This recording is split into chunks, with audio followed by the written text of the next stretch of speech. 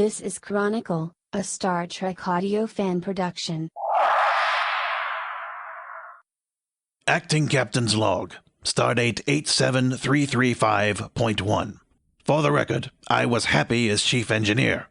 Had to be talked into becoming First Officer when Talar got the Entente.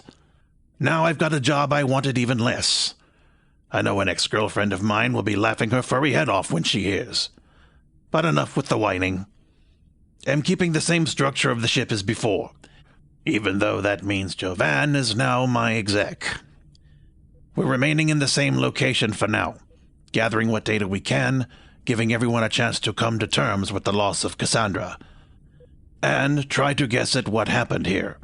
In 10 hours we activate the slipstream again.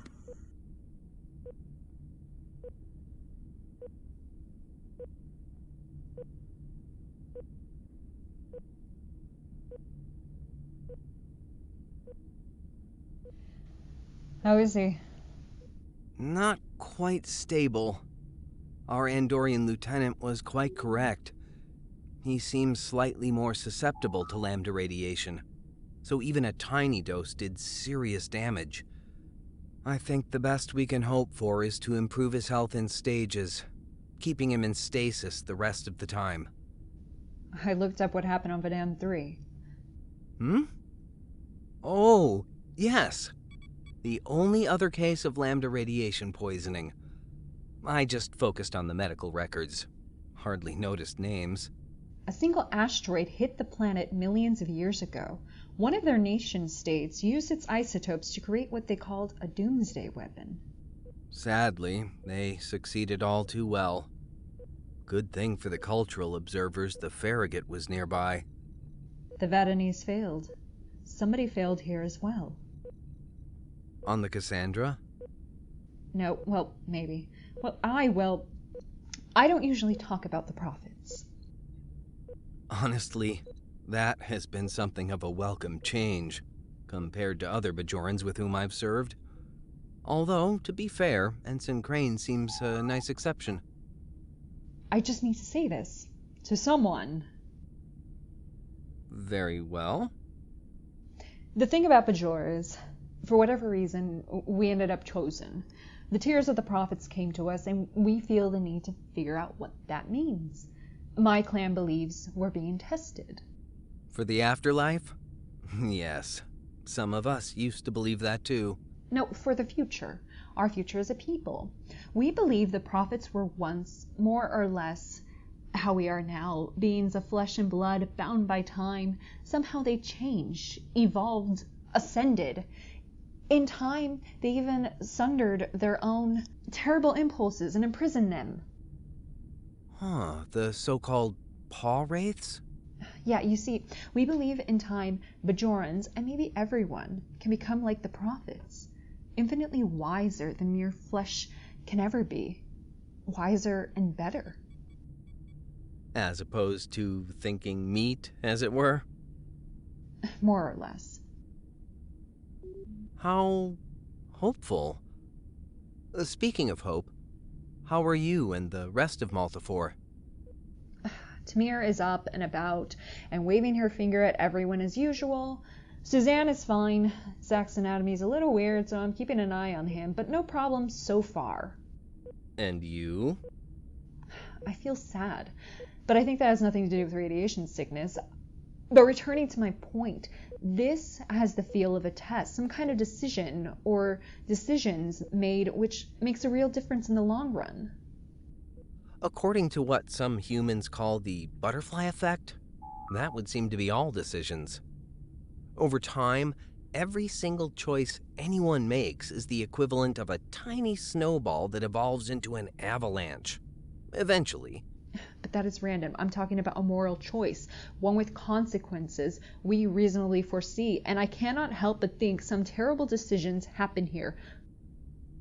I'm not sure I understand. Not yet. But you've given me a lot to think about.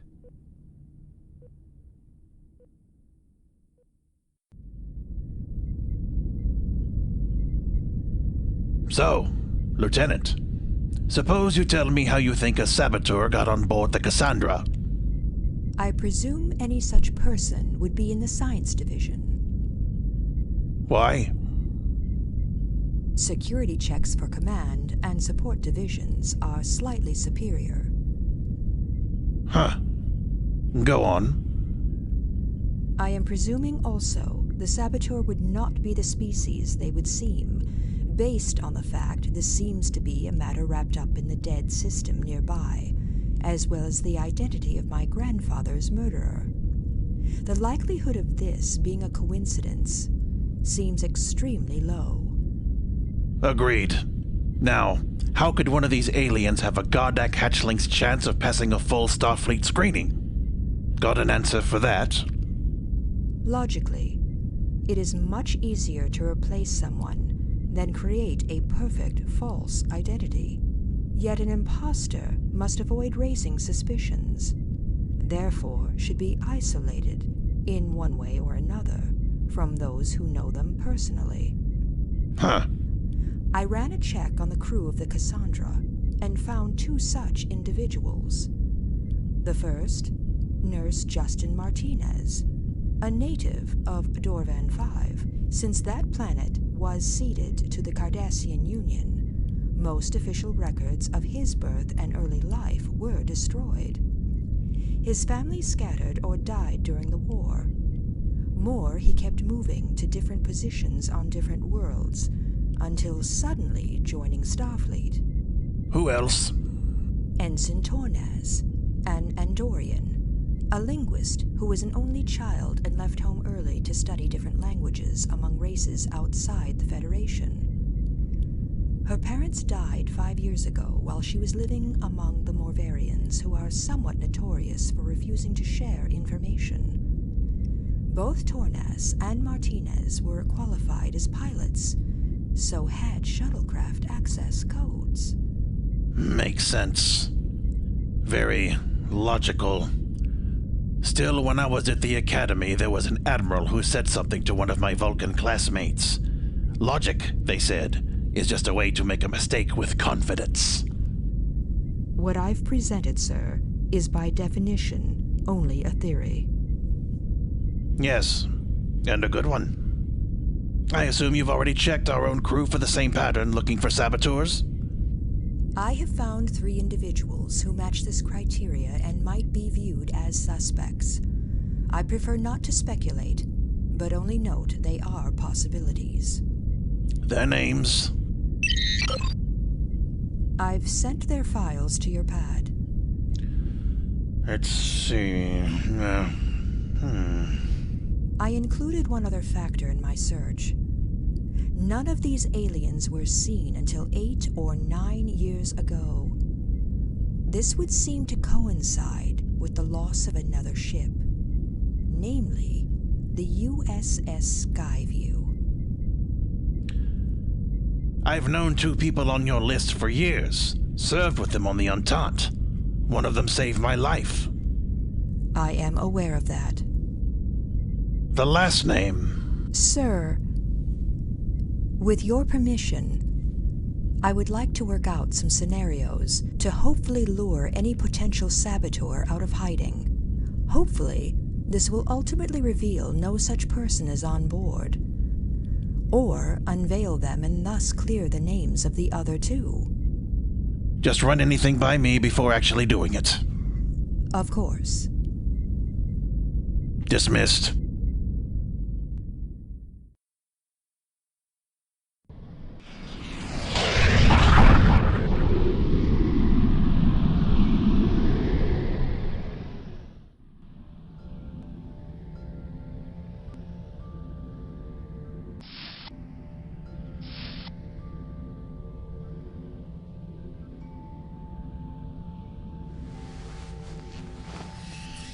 V'Nell?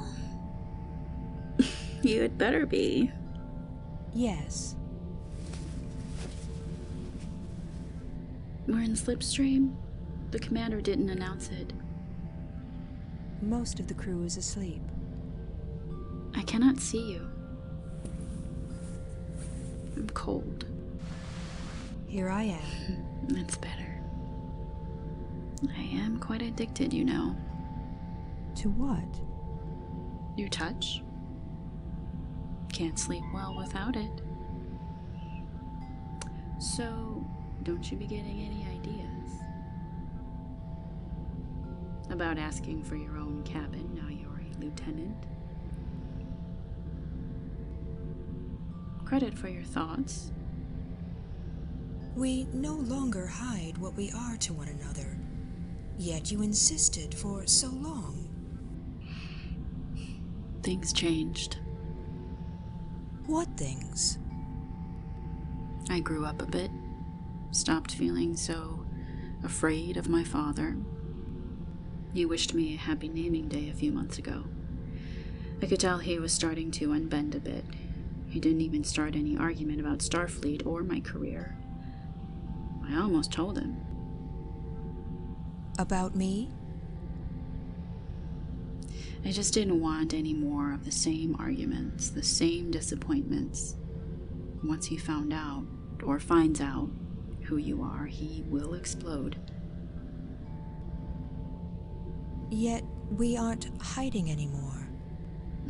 We're also thousands of light years away, soon to be thousands and thousands.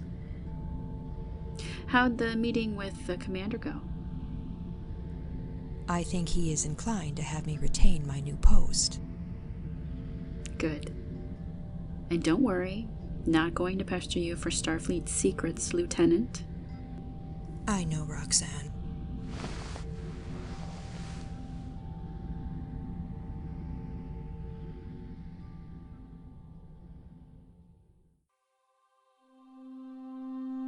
What Next was written and edited by David McDowell Blue. Scott Fack played Lieutenant Zachary Stiles. Michelle Dannon played Dr. Nath Behal. Anne Hurd played Ensign Athena Azarian. Leslie Sawyer played Lieutenant V'Nell. Chris Jones played Commander Sariij. Kurt Bonham played Dr. Mauved. Stephanie Dudrick played Counselor Nemeth. The music Normandy played during these credits is by Joshua Stewart. Star Trek and all related marks, logos and characters are solely owned by CBS Studios Inc. This fan production is not endorsed by, sponsored by, nor affiliated with CBS, Paramount Pictures, or any other Star Trek franchise, and is a non-commercial fan-made production intended for recreational use. No commercial exhibition or distribution is permitted. No alleged independent rights will be asserted against CBS or Paramount Pictures.